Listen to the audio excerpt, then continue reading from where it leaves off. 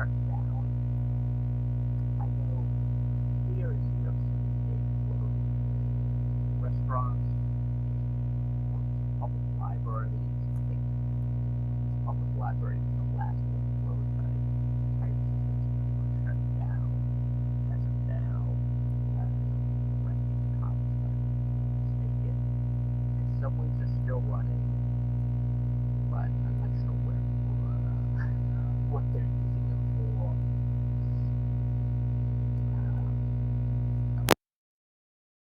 Oh, can you hear me? Uh, can you guys hear me now? Just is that a yes? Let me see. Is that a yes? Okay, there you go. All right. No, I was just saying. I've been following what's happening in the rest of the country. I think the San Francisco Bay Area or San Francisco is pretty much in lockdown mode.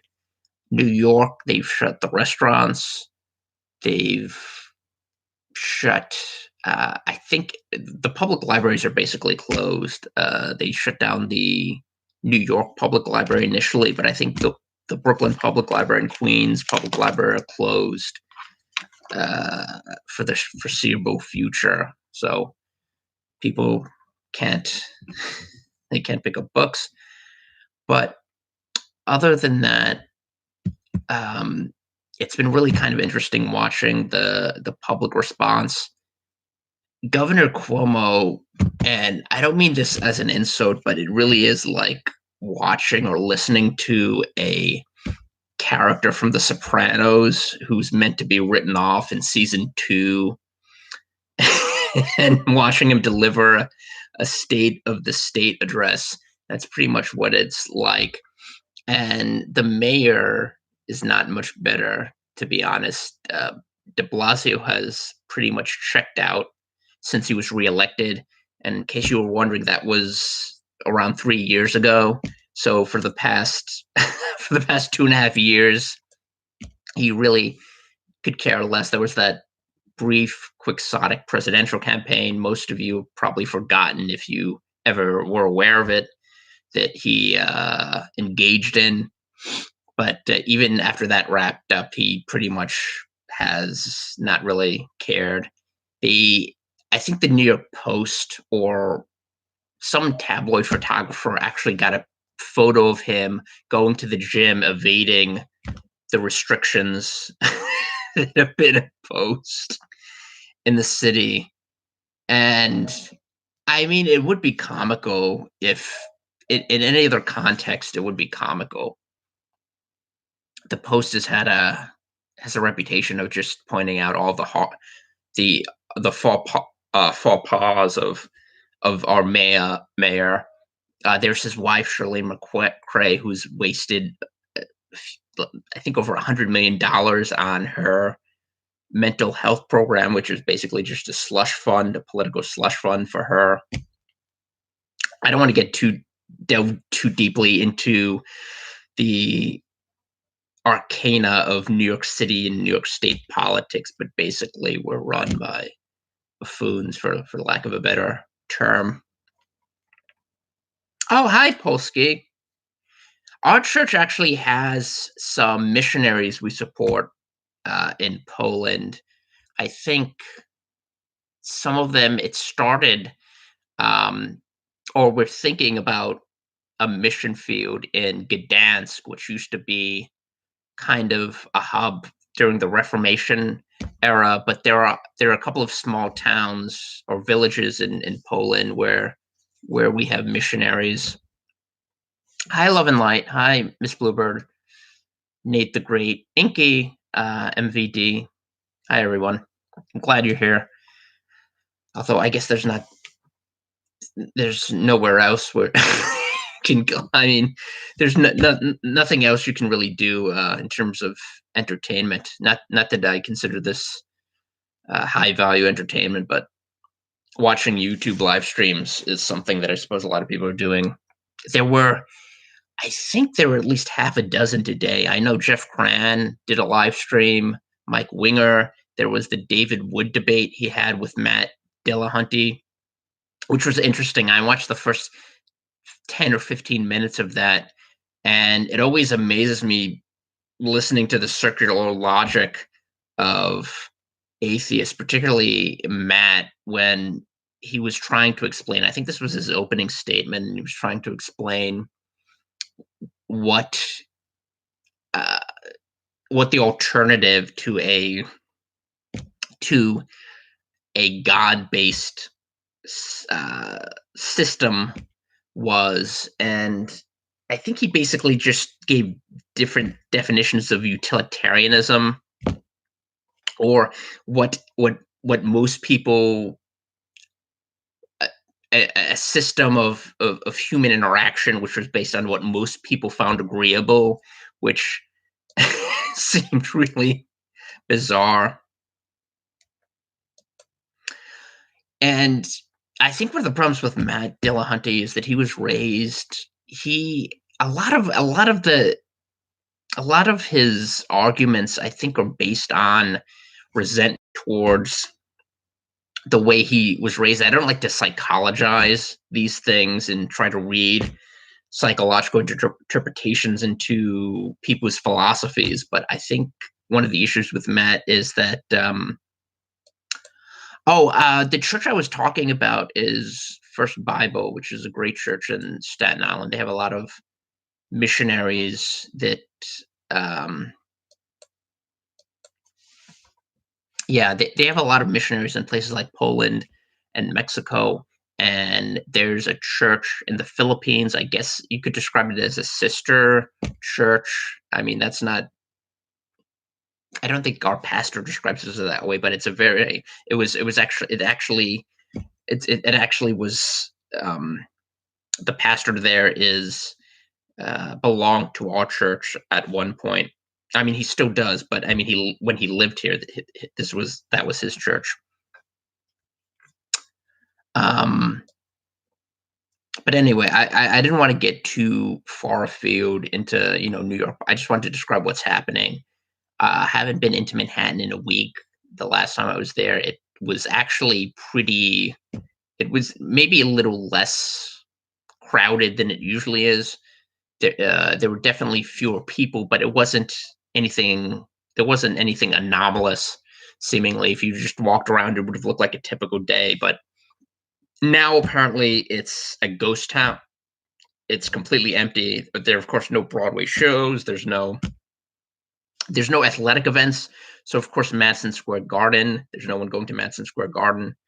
Although I don't know why people would go to Madison Square Garden to see the Knicks, but thankfully that's not an option because the Knicks are the NBA has canceled their season. But now, yeah, apparently now even Manhattan is kind of like a ghost town. I don't actually know how they're dealing with the people who are homeless. And it's kind of interesting to speculate what would happen if there actually is a more forceful quarantine. What you would do, because there definitely are not enough rooms left in homeless shelters, and homeless shelters in general, they're not, a lot of them aren't safe places. Um, some homeless people don't go there because they have severe psychological problems, obviously, but others are just afraid, particularly if they're uh, more vulnerable to. But oh, your MP gave an interview. We weren't going on lockdown. Yeah, it's interesting. In the Netherlands, they're not. They're. I mean, I can't read Dutch, so I have.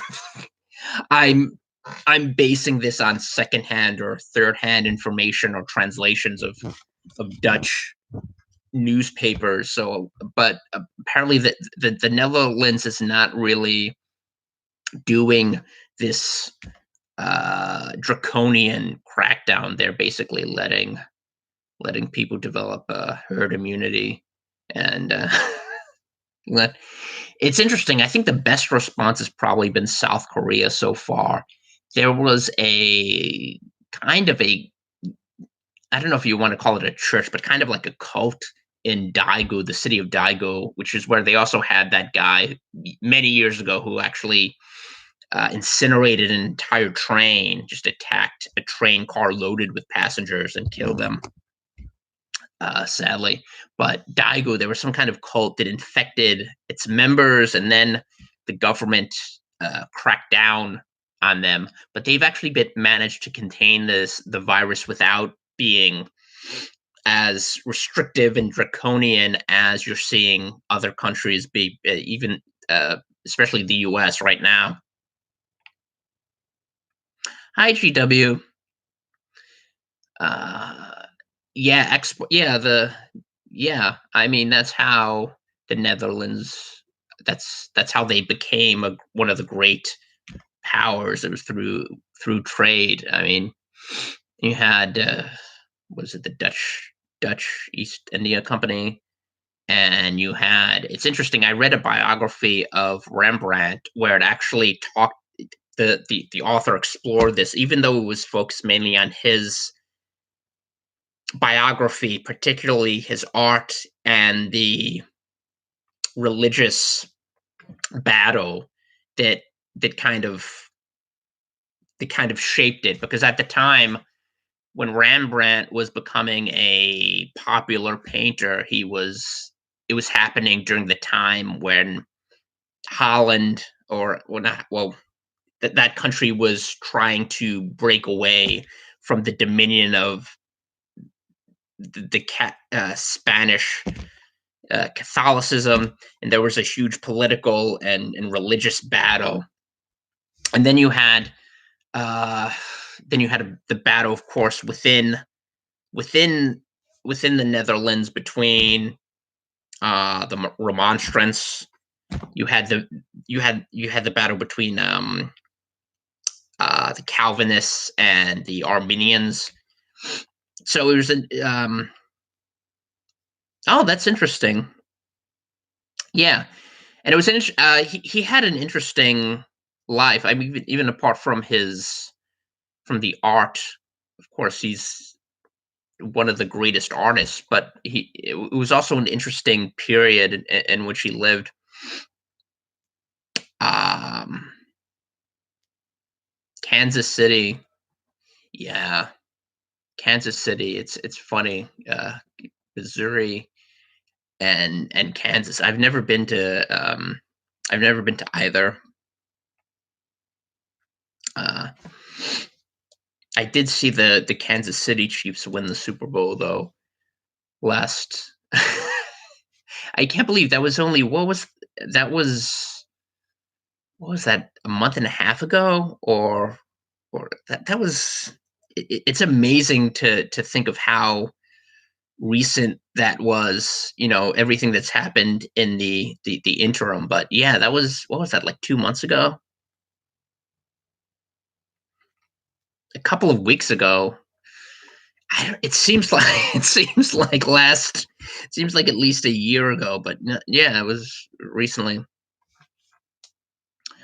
Um, but anyway, yeah, one of the things, this kind of long, so I'll probably do another live stream where I talk about what I intended to talk about.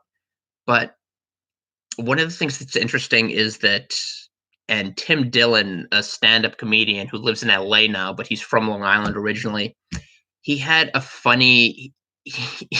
He was talking about this during one of his Corona emergency podcasts.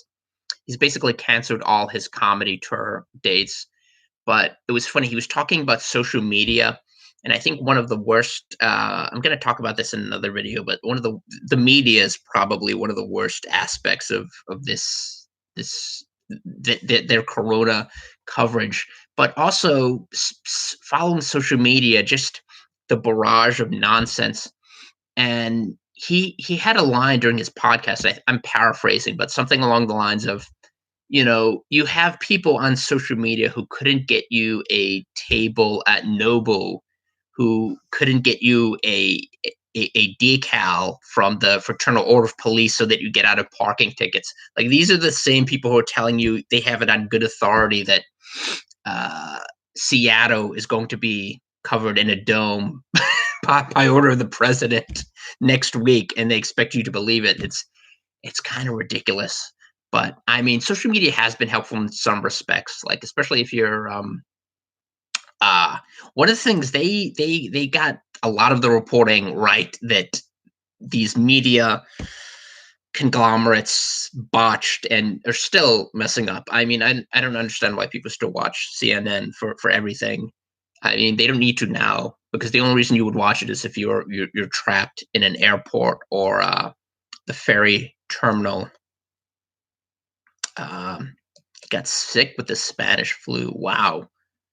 Yeah, there was. I have a cousin, Kathleen Donahoe, who wrote a book, Ashes of Fiery Weather, and one of the plot points is it's this multi generational saga about Irish Americans connected to firefighting, and one of the subplots involves it goes back and forth in time, and one of the subplots involves the Spanish flu and its effect on New York City. Uh, there's a great book by I think his name is John Barry, the name of the author, but it's called The Great Influenza, and it's probably a relative of mine gave me that as a gift, as a birthday gift, and it's probably one of the best book about the Spanish flu out there. It's really good. Yeah, Kathleen Donahoe. The name of the book is Ashes of Fiery Weather. It's a pretty good novel for those of you who are into fiction. It focuses on um, it revolves around this Irish American family, and like I said, it's this multi generational novel. It's kind of similar to some of Anne Patchett's works, if you're familiar with her. Uh, but anyway, that's an aside. But that is a good book too. The Great Influenza.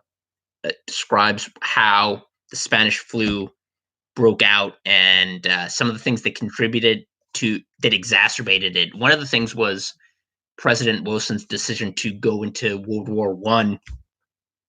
And if you need another argument against President Woodrow Wilson, it's worth reading that book,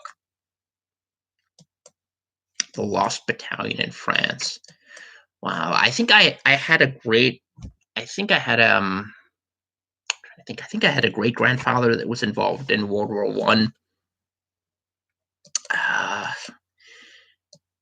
But yeah, that's a good book if you're interested in that subject. Anyway, I just wanted to give everyone an update. I know everyone, if they live in the U.S. and even outside, I looked at one of those pandemic maps, and it seems to have affected most countries. I think the only place in the U.S. that it hasn't affected yet is West Virginia. It was weird. Someone on Twitter was asking for recommendations. He wanted to bug out and go and kind of hunker down in Idaho. And that same day, I think the first cases of coronavirus in Ada County, Idaho, were published. So unless you live in West Virginia, you're affected to it to some degree. But I just wanted to give you a little bit of an update there. Prayers to the people working to fight the coronavirus. I know I have a friend who's a registered nurse, and there are people at my church, or at least one who used to be working hospital, and I know they're really beleaguered. So they need our prayers and the people suffering from coronavirus, obviously. But anyway, I'll see you next time.